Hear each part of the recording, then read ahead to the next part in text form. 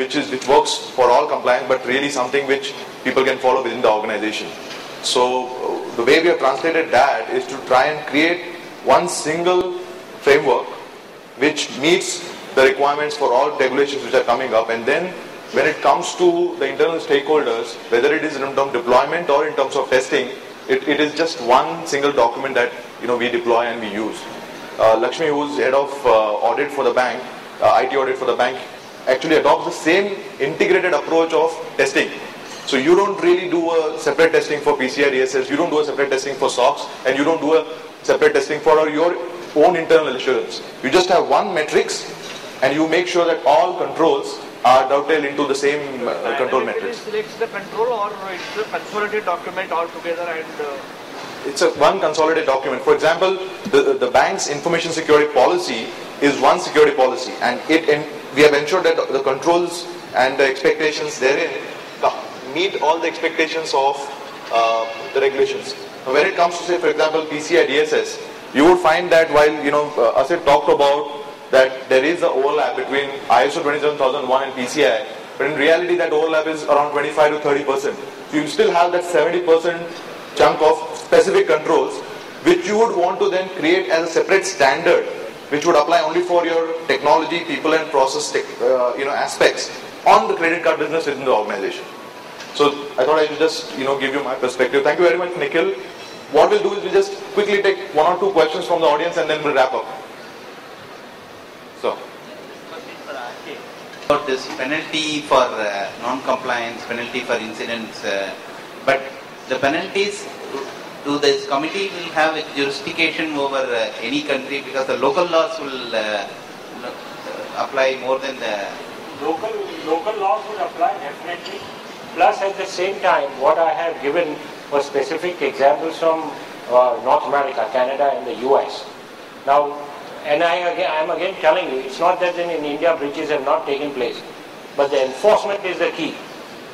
So if TJ Maxx had to happen in a country like India, possibly you would not have even heard about it, what you have even heard in the US. And who would enforce it? Now, that's a moot question. And as I was telling Vishal, unless the big daddy comes and says to the bank, which is RBI in this case, it's not going to be enforced that strongly. And also, as I am telling you again, PCI DSS still is an alien word for most retailers. In case you ask them, they said, we don't have to comply. There is no mandate from banks, or there is no mandate from the council or anything. Many of them, I was pleasantly surprised. A year and a half ago, one of the big retailers, I went and talked to them. The CSO never even heard about PCI DSS. Just to also add to that, when it comes to penalties, Visa can enforce penalties on the banks irrespective of where they are. So, for example, if any bank in India defaults, then Visa actually has a right to enforce penalties on those defaults. No, my question is more pertinent to say outsource providers.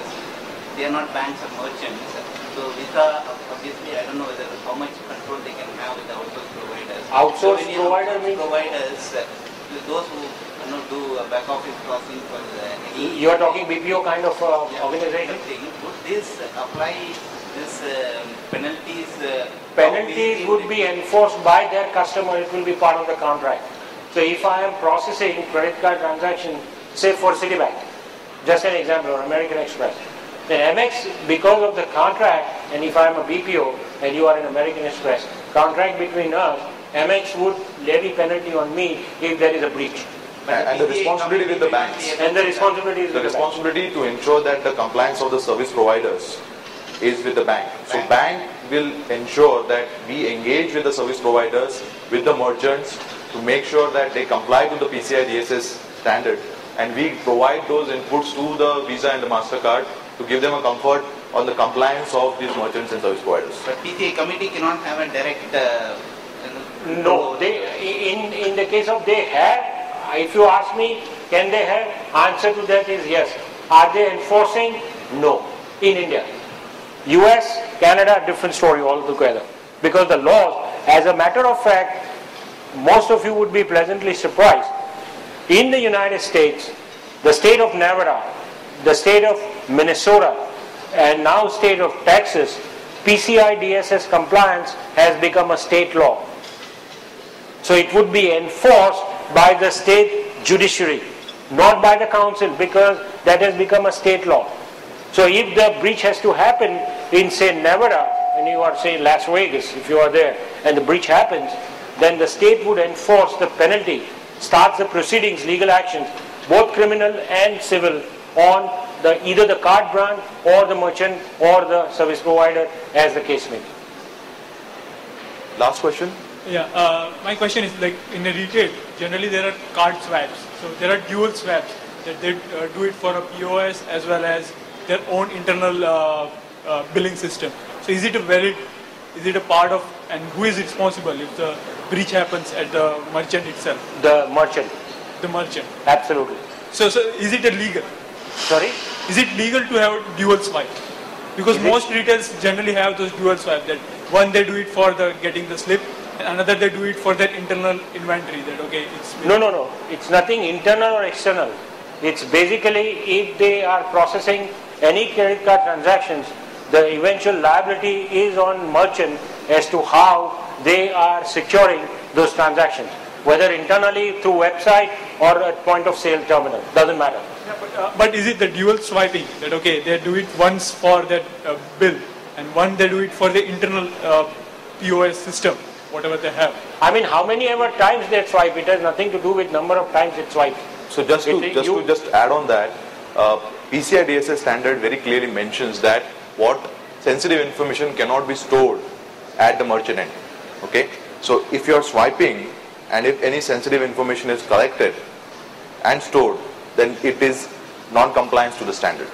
It's actually not only non-compliant, it's not legal, if you really ask me. So CVV data cannot be stored. PIN data on the debit card cannot be stored. Thank you very much. As I started saying that we were between you and lunch, and I know we kept you holding. Apologies for that. I hope it has given you some food in terms of the value. But thank you very much for your time, and thanks, Vishal. Thanks a lot. We're just going to have the small memento ceremony. First is Vishal, Salvi. Thank you for coming. I would request, Vishal, you to hand over this memento to Ashit.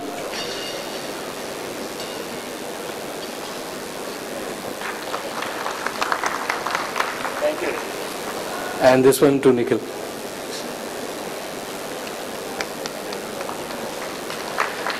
Thanks a lot, ladies and gentlemen. I hope that you have enjoyed this session, and obviously there's a lot of increase in appetite as well. So food is served. You can have the food. We will be starting a keynote at 2:30.